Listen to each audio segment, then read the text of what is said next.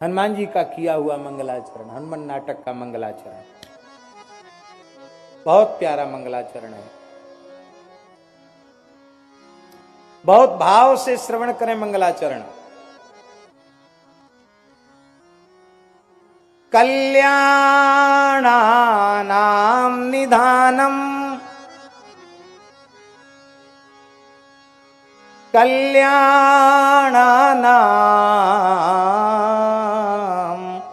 निधानम कलिमलमथनम पावनम पावनानां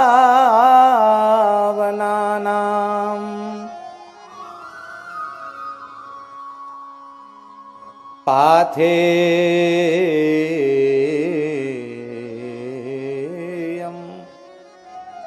यन्मुमुक्षो सपदि परपद प्राप्तये प्रस्थितस्य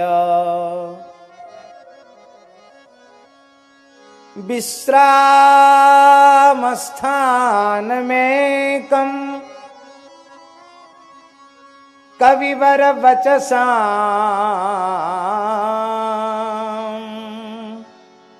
जीवनं सज्जनानां बीजं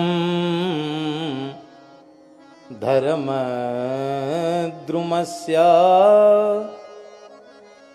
प्रभवतु भवतां भूतये राम नाम बीजं धर्मद्रुमस्य प्रभवतु भवतां भूतये राम नाम प्रभवतु भवतां भूतये राम नाम।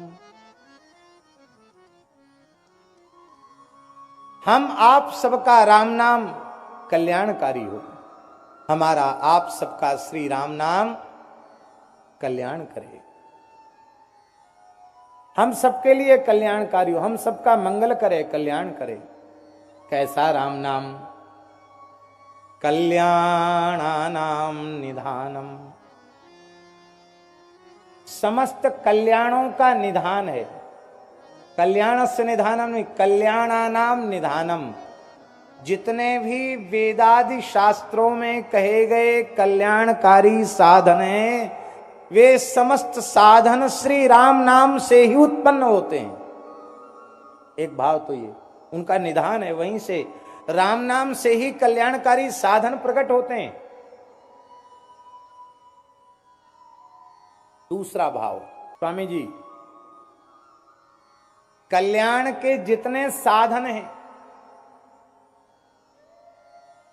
वेदादि शास्त्रों में कहे गए, उन साधनों का सविधि सम्यक कोई अनुष्ठान कर ले, किंतु कल्याण जिससे उत्पन्न होते हैं उस राम नाम का आश्रय न ले, तो वे साधन भी त्रुटिपूर्ण रह जाएंगे, दोषपूर्ण रह जाएंगे, और वे त्रुटि युक्त साधन जीव का कल्याण करने में समर्थ नहीं होंगे।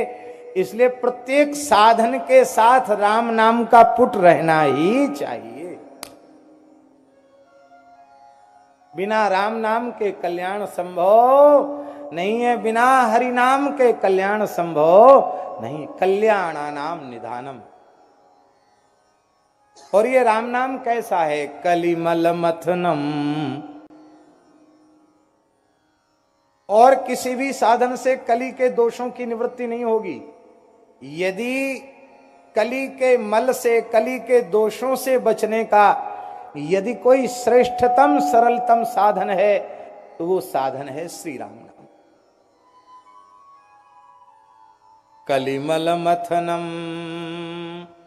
चाहे जैसा भयंकर कलिकाल हो, श्री राम नाम का अनन्य भाव से आश्रय लेकर के कली के दोषों से बचा जा सकता है। अनेक महानुभाव बचे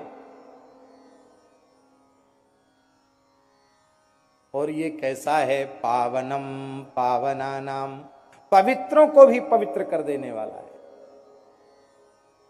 कहना यह चाहिए था कि अपवित्रों को पवित्र करने वाला है, पर पवित्रों को पवित्र करने वाला, ये हनुमान जी ने कहा, इसका क्या प्रयोजन है। देखिए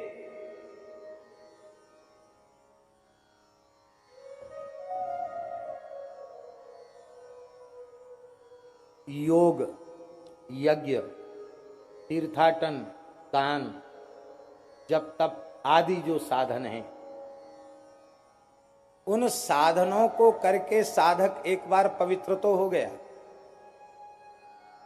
निष्पाप हो गया, किंतु दोबारा उसके जीवन में अपावनता नहीं आवेगी, इसकी कोई जिम्मेवारी, इसकी कोई गारंटी नहीं है। अजामिल सारे साधनों से युक्त था, पवित्र विप्रकुल में उसका जन्म था, वेदों का स्वाध्याय किया था, विधिवत 25 वर्ष की आयु तक ब्रह्मचर्य व्रत का पालन किया था, अग्निहोत्री ब्राह्मण था, सदाचारी ब्राह्मण था, उसकी पवित्रता में कोई संदेह नहीं था। सारे साधन थे पर राम नाम का आश्रय नहीं था, इसलिए थोड़ी देर के लिए आंख का और कान का कुसंग उसे मिला और उसी में वो श्रेष्ठ ब्राह्मण पतित हो गया। इसका मतलब है पवित्र साधनों का आश्रय लेकर जो पवित्र हो चुके हैं, उनके जीवन में भी पाप बनने की, अपवित्रता बनने की संभावना बनी रहती है, किंतु श्री राम नाम का जब कोई आश्रय लेता है तो वह पावन, परम पावन हो जाता है, उसके जीवन में अपावनता की संभावना भी नहीं रहती। आप श्री ठाकुर जी की ओर चलकर जा रहे हैं तो आपका पाथेय राम नाम है। जैसे बिना टिकट के आप यात्रा नहीं कर सकते, आपको यहां से मथुरा जाना है तो आपको यात्रा का सारा बंदोबस्त करना पड़ेगा, ट्रेन में टिकट कराना होगा, रिजर्वेशन का पैसा भी खर्च करना होगा, समय भी, और भी कुछ व्यवस्था जुटानी पड़ेगी आपको, उसके बिना आप यात्रा नहीं कर सकते। ऐसी भगवत प्राप्ति के पथ का पाथे श्री राम नाम है। राम नाम की पूंजी का टिकट लेकर के ही वहां आप पहुंच सकते हैं।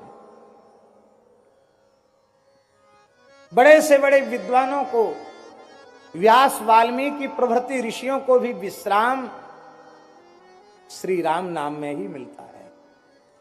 विश्राम स्थान में एकम कविवर वचसाम।